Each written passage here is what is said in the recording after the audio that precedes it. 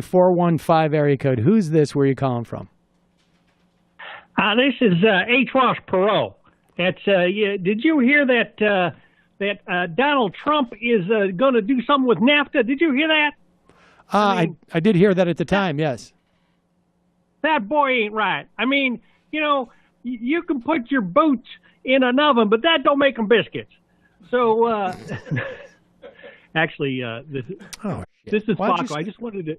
Why did you stop? It was good. I just wanted to use my H. Ross Perot imitation. That was pretty good, Spocko. But what I really wanted to talk about was your thing earlier today about the media in terms of the left-wing media. I totally agree with you about the funding of the left-wing media and how horrible it is, because I think some of the people still think that you have to make a profit.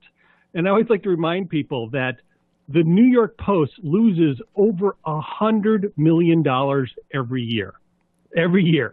And Murdoch just like, I just want to keep spending that. So until it becomes clear to the left-wing billionaires, if they ever decide to get into this, that they don't have to make money and that they have to keep spending the money and losing money, maybe forever, and then it's okay, then maybe something would happen. Yeah, so, they won't. That's one of the things that and talking about funding, I know that you mentioned earlier about how Air America was funded or not funded and all the various different things. And I remember there was a big thing about how Limbaugh and those people would brag about how, you know, they don't know how to make money. They don't understand radio because they were making money at the time. But because of the work that I and others have done, they don't make the kinds of money anymore. And we now look at how they just, you know, don't talk about that too much. I was talking with... well, Spocko, you also know that they are heavily subsidized in the form of Heritage Foundation money that comes in the form of either like direct ads from the Heritage Foundation or, you know, Hillsdale College or, I mean, you know, Glenn Beck had major deals with the AFP. They, you know, now they get, you know, they make ads probably like on par with, I don't know, with Marin's podcast. But there's a tremendous amount of subsidies floating around in that world. And then it does make a difference when we impact their funding, because then it no longer becomes, we can make money from this. Like Breitbart's right now has no money, but they're still bragging about, well, we still have this reach. And so that's one of the things that to be contemplate.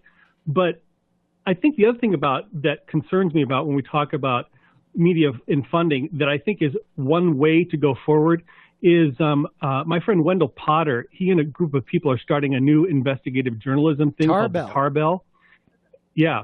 And I think that one of the things they might be able to do, like what ProPublica is doing, is you see them partnering with mainstream media like the Washington Post, New York Times. And so that's one way to keep it so that they at least have a bigger audience. Yes. So well, that is, I should just say, that's what Bannon did. That's what Bannon did with the Times, with the Clinton cash thing. And I mean, the model is an interesting model where you take nonprofits and piggyback them with for-profits so that you get the platform. Bannon understood that the Times did not have the money to go and do investigative journalism, wanted content, also was open to the idea of critiquing Clinton, and just provided this stuff, which turned out largely to be junk, but it worked. I mean, it worked quite well. But right.